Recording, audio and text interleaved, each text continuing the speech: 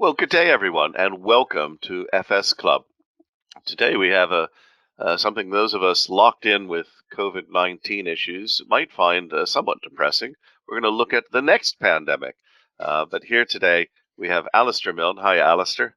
And Hello. Alistair's going to talk to us about insuring the next pandemic.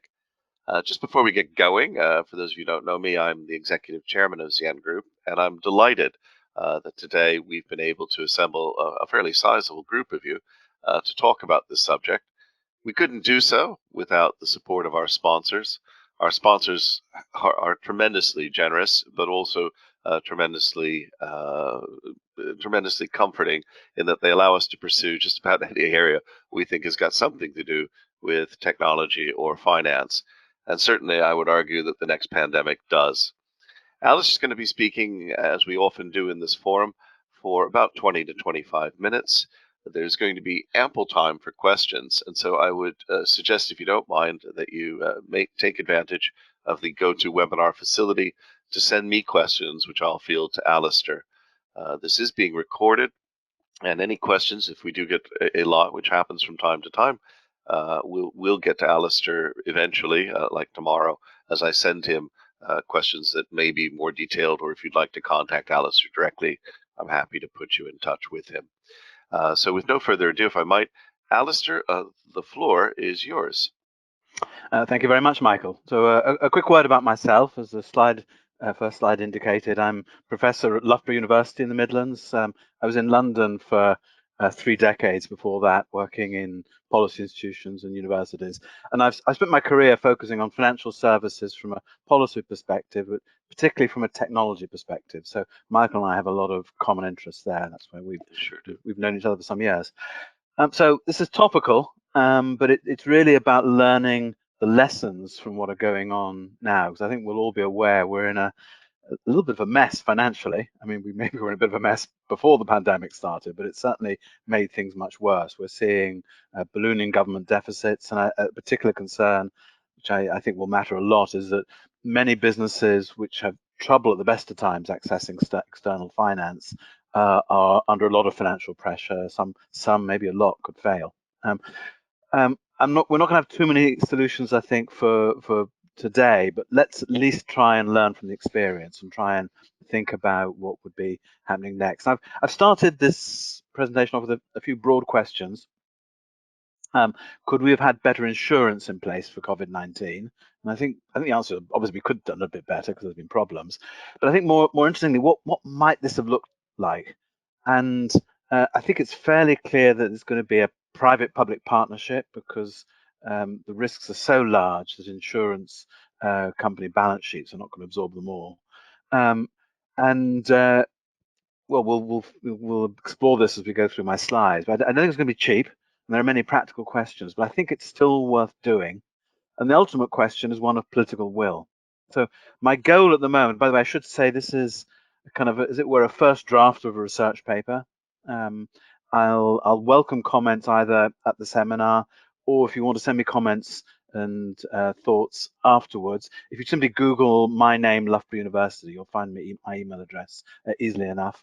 And over the next few weeks, I hope to produce a paper that will outline a kind of a sketch of what a better insurance might look like. And I'm not suggesting this is going to be all the answers, but I think that's the right route to take. Try and, in outline, work out what this might look like, and then try and build the political will that will be necessary to have this kind of private-public partnership. Okay, next slide. So a reminder of a few things that are going on in relation to insurance and the current pandemic. So the Association of British Insurers are anticipating fairly substantial payouts, of which a large proportion of business interruption. As you'll be aware, business interruption in insurance is actually quite limited. Most policies exclude pandemics explicitly, but there are issues around wording. So the third bullet point, I think Hiscox has got particular problems with their policy wording.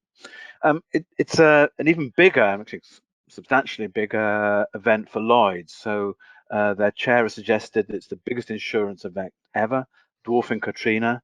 And again, there are legal claims coming particularly from the US against some of the Lloyd's syndicates.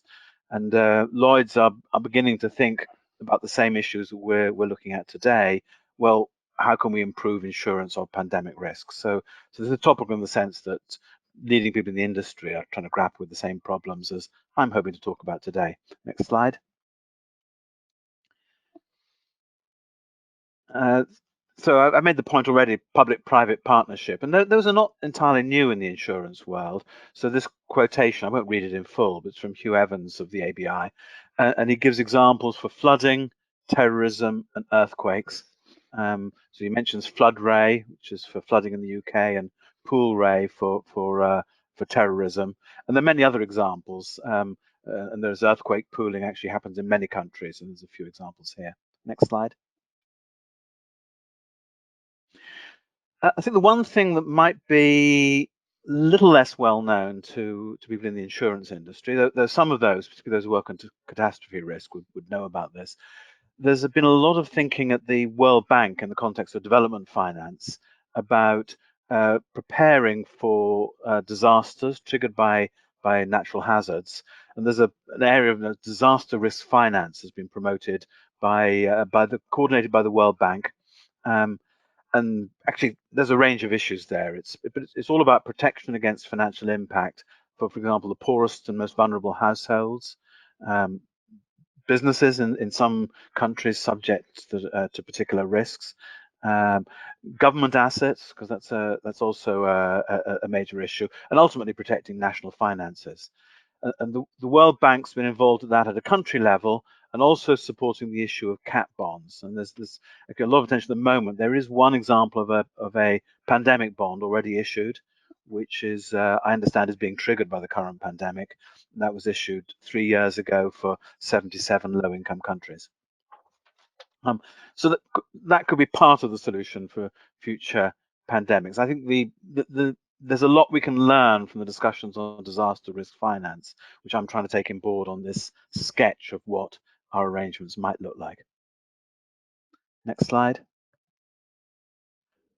So what I'm going to do for the rest of the sort of short time I've got is to raise what I seem to be prominent issues to me. Now, I'm not claiming I may have missed a few, and that would be one form of useful comment, would be to say, Alistair, you haven't thought about X, and I don't claim to have thought about everything that's involved here. So that would be really helpful if you've got any kind of obvious issues jump into your mind.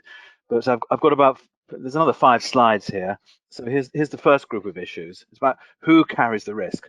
And the problem with pandemic risk, as we've so suddenly seen, is that it's a global risk. So even if you make a comparison with catastrophe risks like tropical storms or earthquakes, there's limited diversification. So even tropical storms, you can at least diversify between the different oceans. So Florida and Japan may not get hit as severely in the same year. Caribbean and the Philippines may not get hit so severely. So there is room for markets and for conventional reinsurance in that space. But for pandemic risk, the ability to reinsure, well, you're not going to get that diversification, which is one of the basic rationales for reinsurance. We'll still, though, I think, as in the catastrophe risk, be thinking about risk transfer via a combination of pandemic bonds and state-backed insurance pools. A lingering question, I think it's going to be an important practical issue, is what triggers then payout. Declaration of pandemic, but that's going to become quite political. I'm not sure the WHO, given their reputation they have within the White House at the moment, they'd be a little wary of being the official declarers of pandemics, and should it be done at a national or a global level? But I'm going to kind of put that question aside. So general outline. This is one comment almost more about the last side. This principle of disaster risk finance, it's really about thinking about all the issues ahead of time.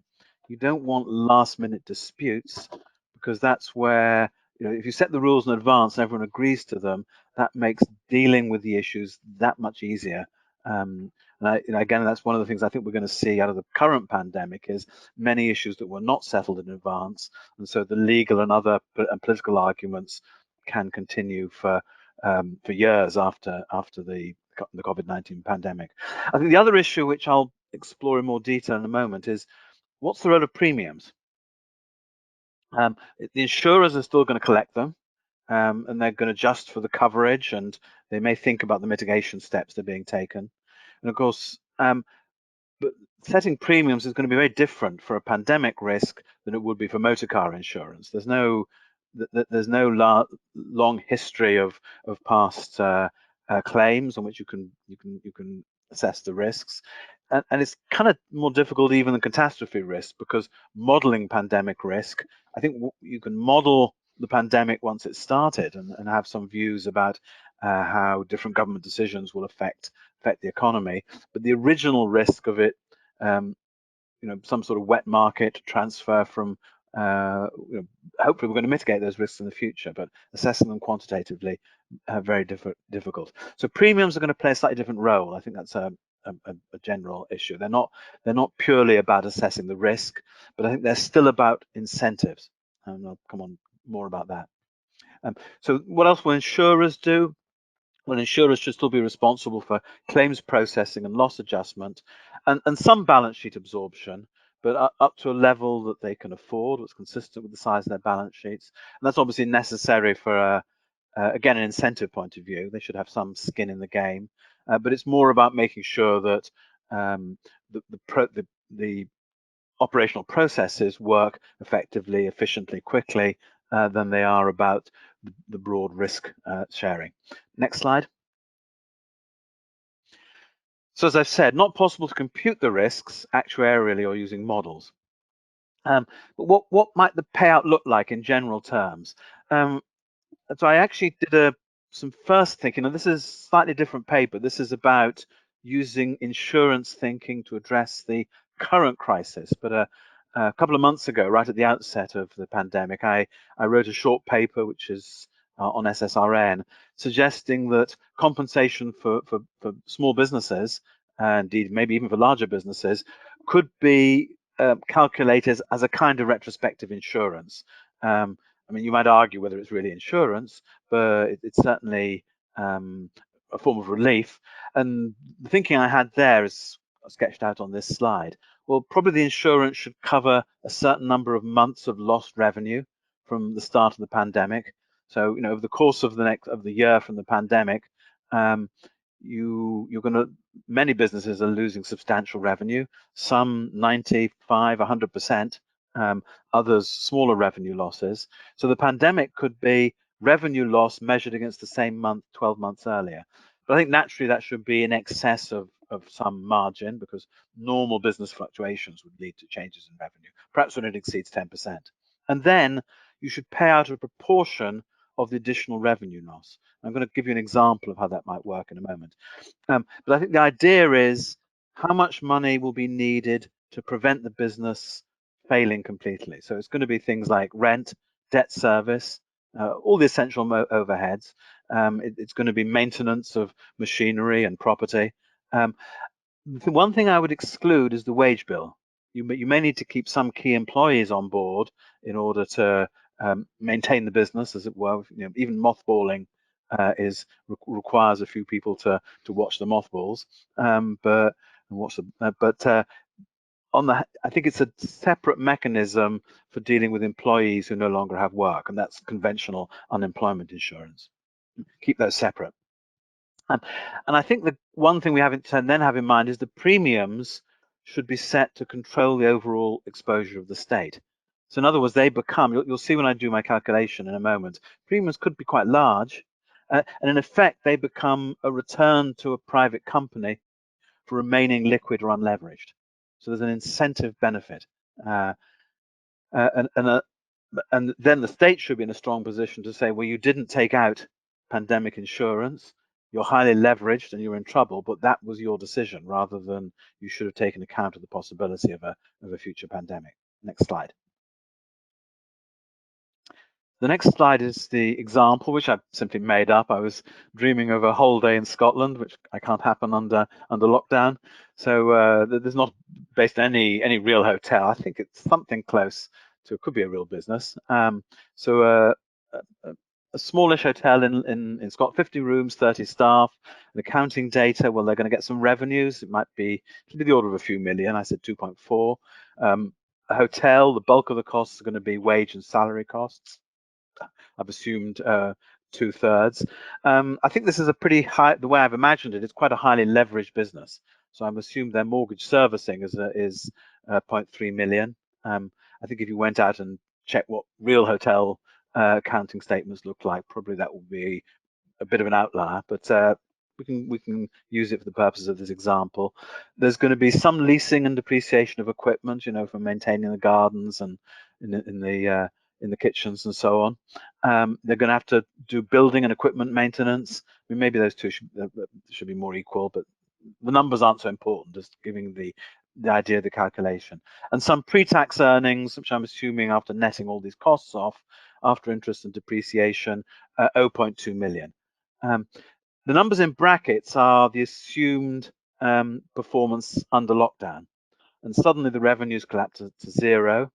Wages and salaries, I suggest they have to keep on key staff, those who kind of do security and stop things deteriorating, but those who are actually involved in serving guests, they can go on furlough or be or lose their jobs, hopefully with the possibility of re-employment.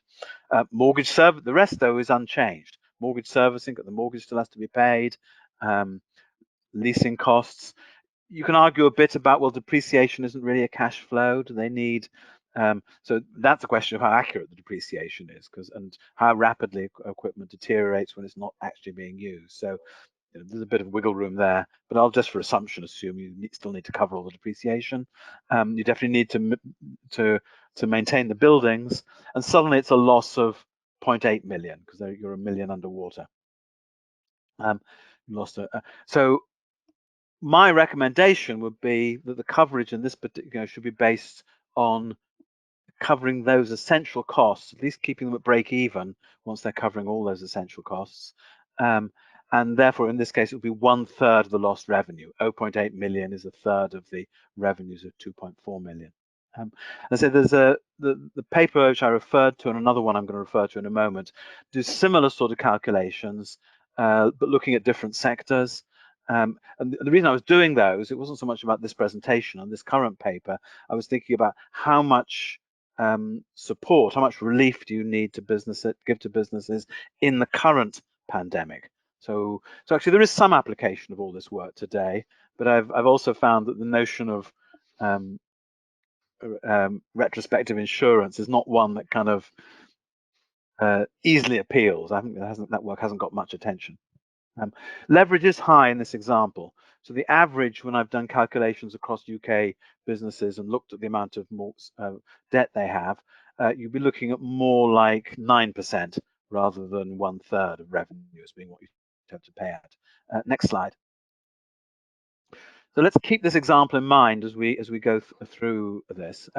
So if you did that type of calculation, which is my sketch of that Scottish hotel, and you applied that for all small businesses, I think the argument for larger businesses, you might be saying, well, hang on, we're not sure the state should be stepping in. You should be able to self-insure.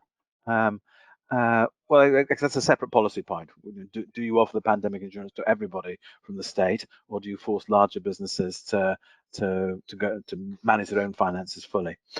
What I did was calculations in a paper of a month ago, which was looking at what kind of support will be needed if limited to small businesses across the UK. I think this is a bit of an underestimate because at that time I probably didn't appreciate quite how long-lasting and severe the lockdown effects would be. But I was suggesting then around 3% of GDP would cover those essential overhead costs, including debt service, for around 6 months, which is a large sum, but actually maybe not so large when you look at current spending. Of course, a lot of what the government is spending today is around the furlough scheme and covering individual wages and salaries. I think, but that's the key point of that paper, is the additional cost to stop small businesses failing is actually not so large compared to the costs already being taken on of covering the salaries. And if the idea of the furlough scheme is to cover salaries until people can go back to work, well, perhaps it would make sense to spend a little bit more to make sure there are jobs for them to go back to. Now, that's relevant to this analysis of the next pandemic, because the pandemic insurance should ensure that there are jobs to go back to. So if the government is looking for a payback period of 20 years, then the premium can be 5% of this anticipated pandemic payout. So my Scottish example, it was paying out 3% of revenues, 80,000 per annum. So it was paying out a third of revenues. So if we're going to pay back over 20 years, that works out as about £80,000 per annum, or 40% of net pre-tax revenue. Pretty expensive for that Scottish hotel. It's a big chunk out of their profits, but that's because they're highly leveraged. If we looked at the average small firm in the UK, which was my NISA paper, I think the payout needs about 8 to 7% of revenues on average. So the average premium, assuming they then fully insure for that, which could be their choice, if they fully insure and we have this 20-year payback period, then 5% of 8.7 would be about 0.44% of revenues. That's still going to be a fairly decent chunk of profit. So it will create important incentives for self-insurance, but it gives you an idea of what I believe such a government state-backed insurance against the next pandemic could look like. Next slide. So I'm getting towards the end of the slides now. So this is really covering other issues. I think there's two other issues seem important to me as we get on to questions and discussion, but there may be others that come up. Obviously, we've had insurance against disaster, economic disaster in the form of Social Security for many years, going back to more than a century in the UK. And the furlough schemes are strengthening that. I think the right way to think of those is as a separate complementary state insurance, which covers pandemics, in the case of the furlough scheme, especially for the pandemic, for individuals. And so we need, and this is in the spirit of the disaster risk finance literature, you need to think about the whole, the whole context. Support for individuals, which is inevitably going to be a big burden, but also support for businesses, which is where the pandemic business interruption insurance would play a role. And they need to be thought through together. So the pandemic insurance is designed to cover the essential staff needed to maintain the business, the ones that stay in, and still get a salary. I think the other issue, which I think reflects on our rapidity with which we've introduced furlough, and I think that's been an important measure, and I think a broadly sensible one. But how does it taper over time? Ultimately, I think it should be matching the income and housing costs that will be covered by Social Security. And I'm not an employment law expert, but actually I think one of the key reasons we've needed the furlough scheme is that it's difficult to sack employees and then bring them back 3 months later without advertise. Employment law is quite strict and says you've got to advertise, you've got to be fair. And we should possibly also be thinking about re-employment of laid off employees on a kind of fast track process to say as long as they've got a reasonable record. I'm not totally sure how much of an issue that is, but if that's needed, it should be brought in. So that's one broad issue. The second broad issue, it's a biggie, but it's hidden away at the bottom of the slide, is better data. And I think that's hitting the current pandemic, where my thinking was that, well, we can look at revenues, and that'll give us a good indication of how individual firms are being hit. But even revenue information is not real time. I think the way I've suggested in my NISA paper is you should lend money first and then think about grant conversion 12 months later when you've got data on revenues. But more broadly, and this will affect Social Security and furlough schemes, but it's also central to pandemic insurance. We need in this world, we live in a world of data, but it's not always as accessible and as organized as it should be. So we should be thinking through, in support of all this, adequate data technologies which will make sure that the data is there to quickly make payouts on all these forms of protection. Okay, so I've that's my 20 or so minutes. Just to sum up, so there are challenging issues here, and what I'm trying to do at the moment is sketch out. And I'll eventually. There's no paper specific to this yet, but there are two earlier papers I'm drawing on, written in the context of the pandemic. And it's a sketch which I really appreciate kind of questions and comments on, of what state-supported pandemic insurance might look like.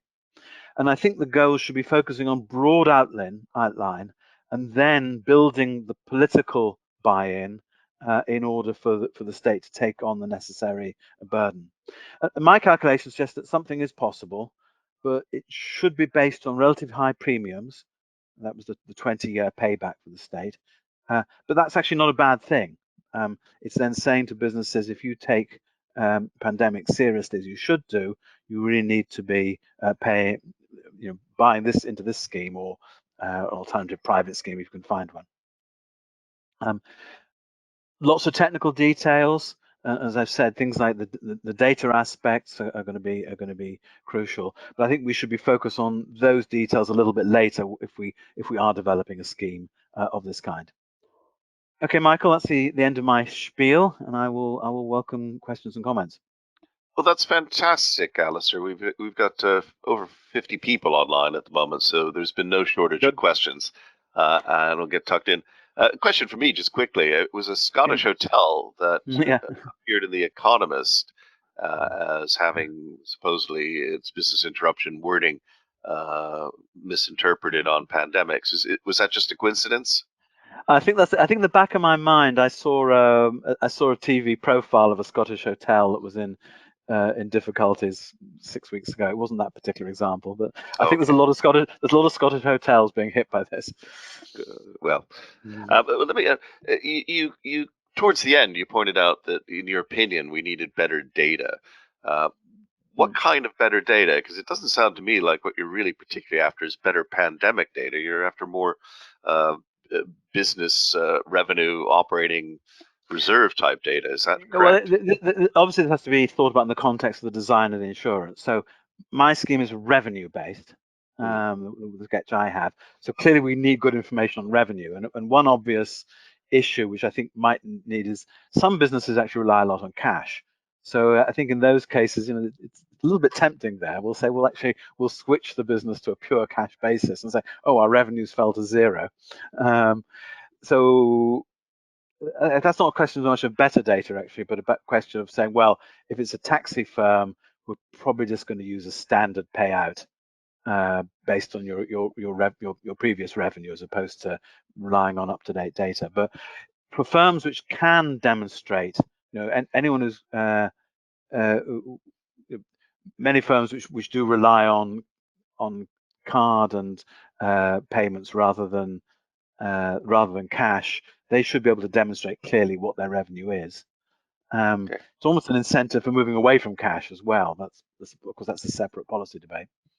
Well, I'll follow that vein a little bit further. Martin Watkins compliments you, but asks, given the focus on keeping businesses solvent post-pandemic, to what extent does Alistair believe that insurers and reinsurers will require corporates to make a regular, say, quarterly statement on a firm's operational reserves in order to secure pandemic cover? That's a good question. I haven't quite thought through. I think I certainly think there should be a reserve, that there should be a first coverage, and so it would be extremely important to check. Well, what is my 10% of revenue is a bit of a guess. So they certainly should be able to demonstrate they've got sufficient reserves to cover all their essential costs in the event of a 10% loss of revenue. And you might, for a bit of safety, say, well, actually, you should be in a position to cover 20% because there's a lot of uncertainty. So I think that is appropriate. I'd regard it as one of those details that probably I wouldn't focus on for this first sketch, but it's worth acknowledging, I think. Hugh Purser continues sort of on the same line. Given the suggested high portion of earnings that your pandemic premium implies, does your paper look at the impact on valuations of businesses using, say, traditional PE ratios? That's a good question. I mean, I think that valuation would be the alternative is for them to hold a lot more cash and say we don't need the pandemic insurance, and because in the event of a pandemic, then if you're outside the scheme, you don't get helped. If my academic hat, Modigliani Miller, I'd be saying, well, you've always got the choice of holding cash, and it won't affect your valuation. Of course, it will. So there's an interesting intellectual challenge there, almost like a further paper to work out what those valuation impacts would be. Yes, there will be some negative impact. On the other hand, the overall balance is how likely is a pandemic. If pandemics turn out to be 1 in 100 or 1 in 200 years, then it's revenue for the state, and that's lower taxation, and overall valuations might benefit. But we're into a very murky world of uncertainties. I suspect some negative impact. I'd be surprised if the valuation impact is so bad that it makes the whole scheme look undesirable. Well, interesting. Back to Martin Watkins, he points out that Michael Heseltine, as president of the Board of Trade about 1993, introduced legislation for the UK government to be the reinsurer of last resort, which saw the creation of our insurance premium tax. This tax still applies today. How valuable is this? Sorry, how viable is this as a long-term solution to reinsure pandemics? Not least as hypothecation doesn't work. And if yes, then what activities would you focus the tax towards? I think that's probably the biggest gap in what I've written so far, because there are obvious public finance issues, and to the extent you can shift it towards pandemic bonds, then that's going to ease a little bit because it's more obvious where the costs are. So I think I'm not going to come up with a clean and easy answer to that today. I think that's an absolutely central question which I need to focus on. My memory of the Heseltine one, it's not that clear, but I think wasn't that triggered by a major motor insurance failure, which left people uncovered or something of that kind, or is that I can't remember the exact. So I think the context is a little different, but and of course then that does become a tax issue, and insurance taxes are, government gets used to all forms of revenue. So will it be possible to keep this separate and hypothecated? I agree that's going to be quite difficult. Martin's pipped in again to point out it was actually the asbestosis at Lloyd's, if memory serves him right. But anyway, we'll dig into it some other time. Yeah. Well, you moved on to the pandemic bonds. So those were intriguing. They were intriguing in a lot of ways. One, a good idea that had been bouncing around for a few decades finally gets implemented in 2017. It wasn't just about pandemics. It was about all sorts of catastrophe bonds and particularly directed at developing countries. So yep. Hurricanes, earthquakes. It gets going, and when it came, it got a tremendous amount of bad press in the what you might call the local rags. But in reality, it did what it was supposed to do. However, it was 3 years old, less than, and in addition, 320 million was, a drop in the ocean of what was there. Now, that doesn't mean we couldn't get it right going ahead, but Charles Vermont points to one of the big weaknesses in this. Why would capital markets issue pandemic bonds when this virus caused a major stock market crash? And one would presume any future pandemic would have equal effects on the market. So the diversification of the bonds on the markets fails as well, doesn't it? I mean, what you're offering there is time diversification rather than diversification across the market. So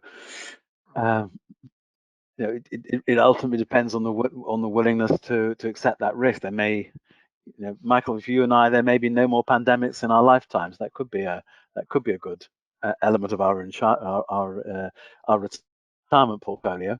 But obviously, we're taking the hit. It might be ideal. Maybe we get swept aside by the next pandemic, and then we don't need the money anymore anyway. But, look, how much is there? We're talking about a market, and it relates very much to the question about the fiscal hypothecation. Can we realistically develop a large market for pandemic bonds? And that's a big question, which I've just thrown out. It would be good to to finance them by a mix of pandemic bonds and state backing. Is that really realistic? I'm honestly not sure. Okay. I'm not 100% sure I fully understand this question, but it seems to be driving in an interesting direction. This is from Shan Turnbull.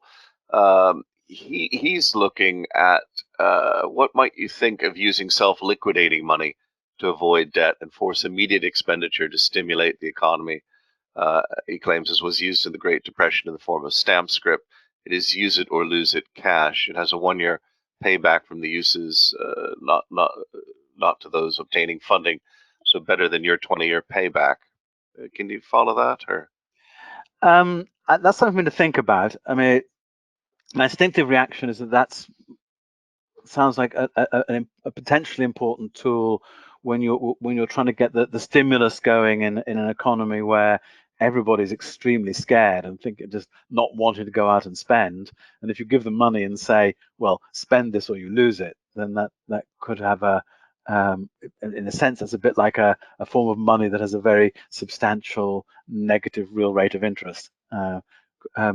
So in the context of broader fiscal and monetary stimulus, I think in extreme circumstances that can have a role to play. Whether it's particularly tied to covering the basic costs of businesses, to the essential overhead costs of business, that I don't see the connection there so obviously. We then turn also to Shan, who seems to be in a fiscally creative mood today. How about making the public sector risk sharing and or cash funding based on the proportion of taxes paid in previous years, perhaps as a percentage of turnover? Shan is dialing in from Australia, and he points out the Australian government is making handouts to businesses called job keepers, and this depends upon their turnover dropping by at least 30% of the previous year. Okay, well, thank you, Shan, for I guess you're late in the afternoon then.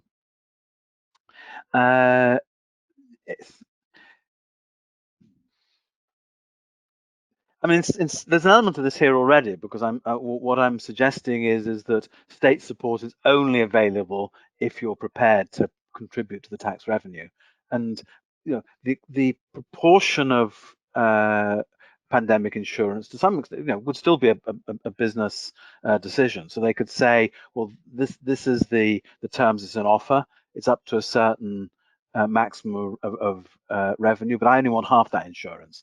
So I'll pay less into the state coffers, but I'll expect a little less support in the event of failure. So in one sense, it's built into the system. If it's a more general point about, we know about businesses who use the tax rules creatively, especially internationally, to minimize their tax payments. You could certainly argue that you might be excluded from access to because it's a form of subsidy.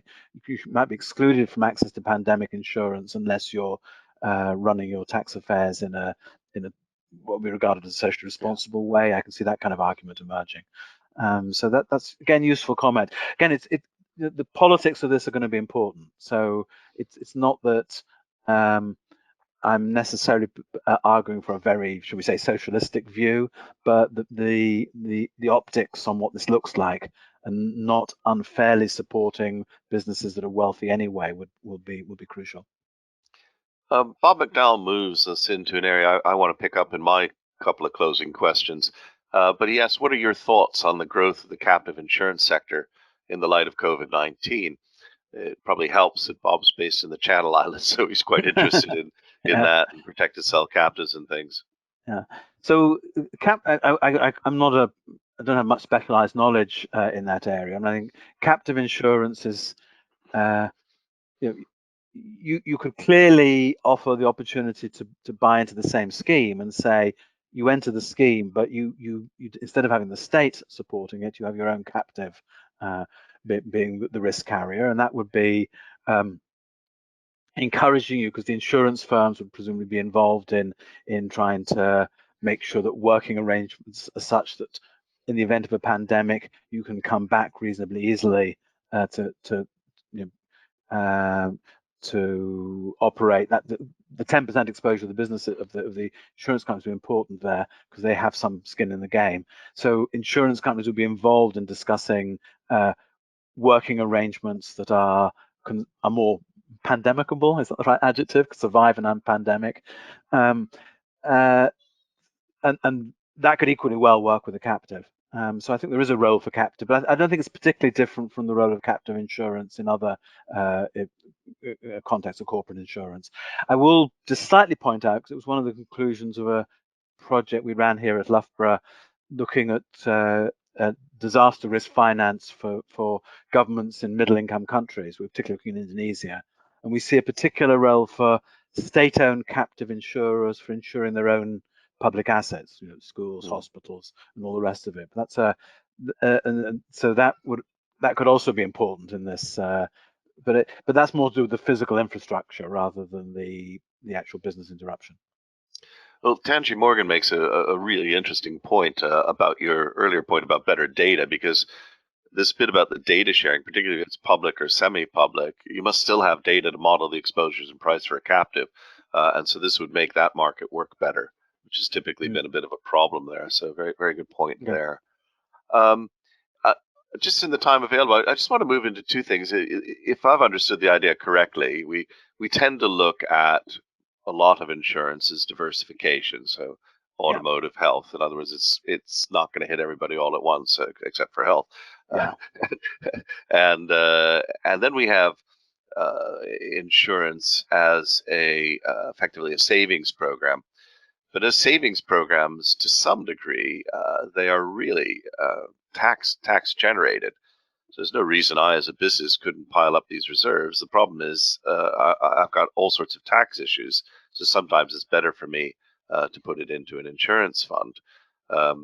So then that obviates the need for insurance or anything else. So what do you think about the idea of, for example, just sort of saying to firms, if you've built up a 9-month reserve of cash, we will allow you to do so effectively at no tax cost? Michael, that's absolutely part of the broader context in which a scheme like this have to be thought through. So the broader context of corporate taxation. So when it's easy to look back and say all the tax incentives that have encouraged leverage, and there are some arguments about incentives and making management sweat the assets and so on that favor leverage as opposed to living the easy life with lots of cash. But I think it's clear now we've allowed a lot of firms, and certain airlines would be examples, to become excessively over leveraged and really not in a position at all to even with lower even if their business was to recover to what it was before the pandemic, would still be in difficulties. It's not just the airlines; it's other businesses as well. So how much I can capture within a single paper, but I ought to. I'm not sure, but I certainly ought to be paying, at least recognizing that key point. Yeah, I think it sounds like something to touch on in the paper for sure, which is the tax advantages of debt over equity. Now we just another point really is comes in last one from the viewers. Richard Evely asks, could there be a benefit based on a balance sheet test or perhaps maintenance of solvency test instead of revenue? He appreciates that revenue and balance sheet are direct, or perhaps maybe cheaper premiums for lower benefit amounts. I mean, interesting concepts there, I would have said. Yeah, I think to some extent that factors in automatically, because if you're less leveraged, as long as you allow firms, you say, look, this is the maximum insurance we're willing to let you take out. But if you want to take out half the insurance for half the support, you need to have some tests, because you wouldn't want that just to be a bankruptcy play, as it were, where you take some money off the scheme and then that benefits creditors but doesn't keep the business alive. Why should the state be involved in that case? But I think the balance sheet analysis would then become important to say, okay, you've got a strong enough balance, we can accept a lower premium, less insurance, and then. But it begins to get a bit more complicated, I think. So the data issues may well be a bit more demanding in that case, but I accept the point. And a final point, really, and frankly, coming probably more from me than anything else. Um, if it's not about sharing risk and it's really just about savings, in both cases, nevertheless, there's behavioral change you're trying to achieve. Mm. What I think this crisis has shown is that in a whole variety of areas, we have arguably overly efficient systems, whether it's the Mhm. health service or credit systems or supply chains. Yeah. We we're so efficient that we don't have enough fat in the system. So, would it be fair to say that your proposal is really to find a way to help national economies encourage businesses sensibly to put more fat in the system? Yeah, I'm not sure I would express it exactly that way, but I think it's not about risk, but it is about incentives, and it is about encouraging um, firms to, give a position where they can survive a fairly severe shock, but making sure they've got the incentives to do as much as they can themselves, as opposed to just relying on external subsidy. Mhm. So agree with the point. Just think about if that is exactly the way I'd express it. Well, Alistair, you lit up the boards, but I'm afraid that's all we've actually got time for. In fact, we ran Understood. over slightly. My fault. Just too interesting. I'm thrilled. We're hoping to have Pool Re on at some point in the future, who have been for years pointing out the need for a deeper think on the boundaries between state reinsurance and insurance. So hopefully that will come up. I must take this opportunity again to thank our sponsors, many of whom I know have an interest in the insurance sector or the technology surrounding it or data. Ty Sarda would like us to go on a little bit more about what type of real-time data could improve the model, et cetera. So there's a lot here that we could talk about. And as I mentioned, I will be sending all those questions and comments over to Alistair later. And if anyone Finally, wants to yep, if yep, anyone wants to contact me by email, just Google my Loughborough webpage. super, and happy to connect you. And finally, just a reminder that the webinar series continues as ever. Of the several hundred we've got, we have 3 more coming later this week. So we're talking about leadership in financial and technical firms with Toby tomorrow. Absolutely fun, great guy, and running a whole podcast series on wicked problems. So a lot to challenge there. We're looking at contact tracing, some of the GDPR issues involved, with an expert, Maury Schenk, on the subject. And finally, on Friday, we're going to have something on the technology end of life, mental health assessment and COVID-19. And Professor Mike Smith will be talking about the longest running SDQ project, a little known and nevertheless gargantuan project that's been running for decades, looking at the mental health of people around the world and wondering why this type of telepsychiatry might be more important for us from here on. Anyway, it remains for me to join everybody, if I can, in thanking you, Alistair, virtually. I'm afraid it comes down to a raw hand clap, but thank you. It was a My really, pleasure. really good run through the issues, and we wish you the very, very best in your paper.